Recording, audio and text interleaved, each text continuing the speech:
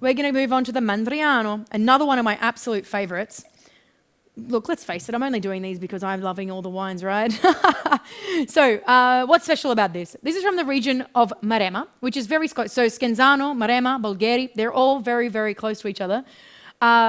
It's right near the seaside, so very typical Mediterranean climate condition, which makes it possible to create or to produce this Maremma Sangiovese.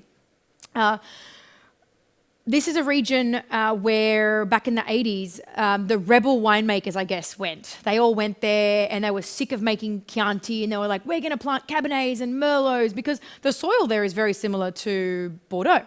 So they thought, you know what, don't worry about it. We're not going to listen to the wine authorities anymore. We're just going to go do what we want to do.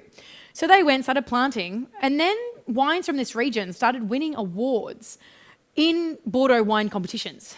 Or wine competitions that they weren't supposed to win awards for. So the worst thing was that the wine authorities in Italy, this was labelled as a table wine because it didn't adhere to any of the laws. So this was a table wine. This region is so protected now because of the production of wine, because of how beautiful the wines are. And, it is an expression of the winemaker's passion as well. It is now protected. So you'll see that this region has DOC. So, I wish I could say it properly, Denominazione di Origine Controllata. So it is protected, which means the yields are protected. They can't just make too much wine. They want to protect the quality. The lower the yields, the higher the quality of the wine, okay? That's very important for you to know. So let's have a look at it.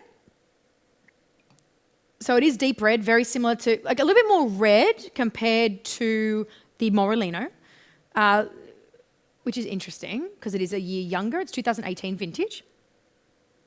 Whew, yes. It's amazing, You can have two wines from the same similar region and the terroir really makes a difference, hey? Like, this is just bright. It's bright cherry, forest floor. Oh, blackberries as well coming through. But it's really spicy. Massimo can tell me, has seen oak? I think it's definitely seen oak, just a little bit of oak. But again, just as a vessel. Oh, my goodness me.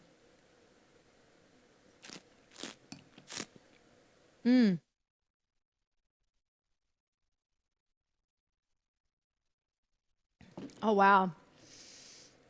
So you're getting all those beautiful cherry notes. It's structured. I can chew on those tannins. Amazing. But one thing that's really interesting with this is if you can think of balsamic vinegar, the texture of balsamic vinegar in your mouth, that's what you're getting. So even though you're getting all those cherries and forest floor and the spices and everything, I'm really getting this like balsamic note coming through, this oiliness in my mouth. But it's absolutely delicious. It's so fun to try this wine again. I haven't tried it for a while and it is delicious. Oh, definitely need some red meat with that or, some cheeses, like get me some Parmesan, like, a Grana Padano or a Pecorino Romano. Get me one of those with this. This is delicious. Definitely not a back porch wine. It's got way too much body for that. But for those people who think that Sangiovese is not full-bodied, it's not full-bodied, but this is this is a decent amount of body in this wine. But those tannins, where are my Sangiovese lovers? I hope I have some Sangiovese lovers on the line because these are stunning.